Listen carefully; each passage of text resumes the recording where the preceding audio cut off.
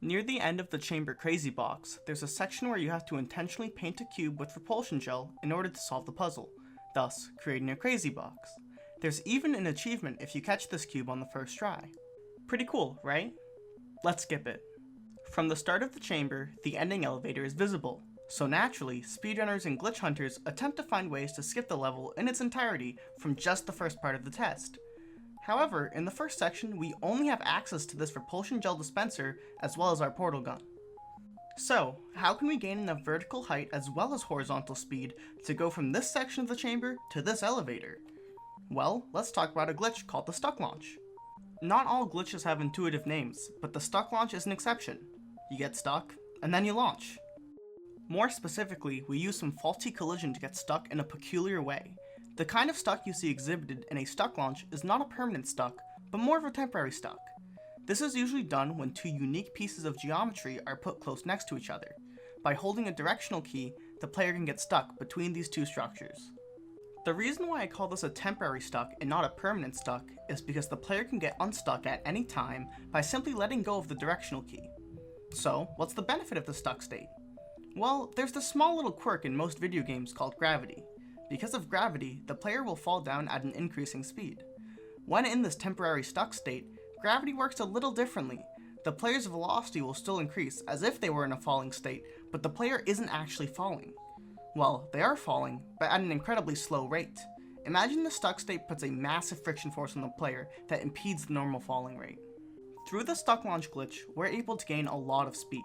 The biggest problem with this glitch is that since all of our speed is gained through gravity, the speed is always directed downwards.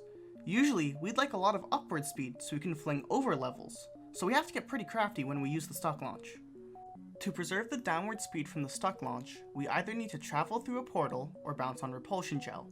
Since the geometry required to perform a stuck launch is so unique, it is often found far away from the portal surface floors seen throughout most of the game, and rather in the Old Aperture themed levels in chapters 6 and 7.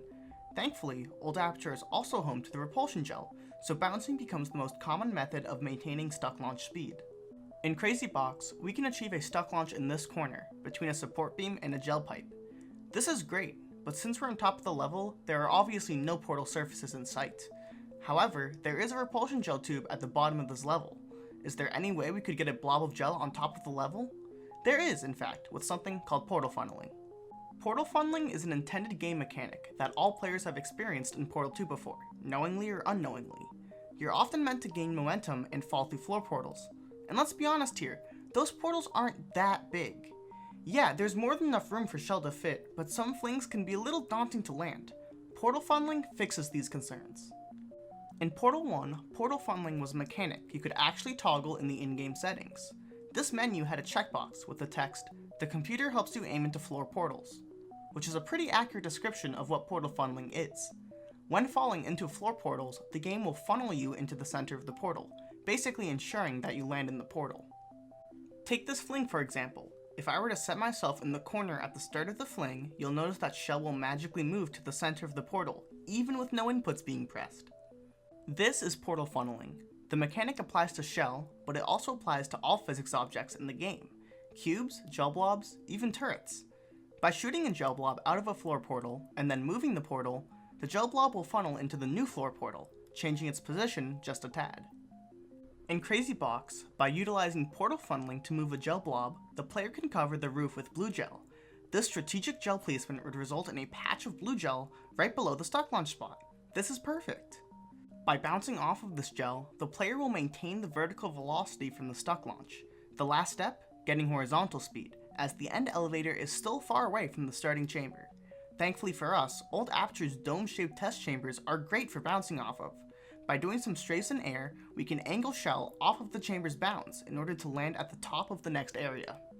By shooting 7 portals into the wall, the player can time just the right amount of speed needed for the launch, landing shell on top of the next test chamber. Despite the lack of visible floor, the player is able to walk to the end, skipping the entirety of the test chamber. In a speedrun, this trick saves 10 seconds, and is also incredibly hard to pull off, due to the precise fling needed to get onto the ceiling of the chamber. Due to the precision required throughout the strat, it is often considered a run killer by top runners.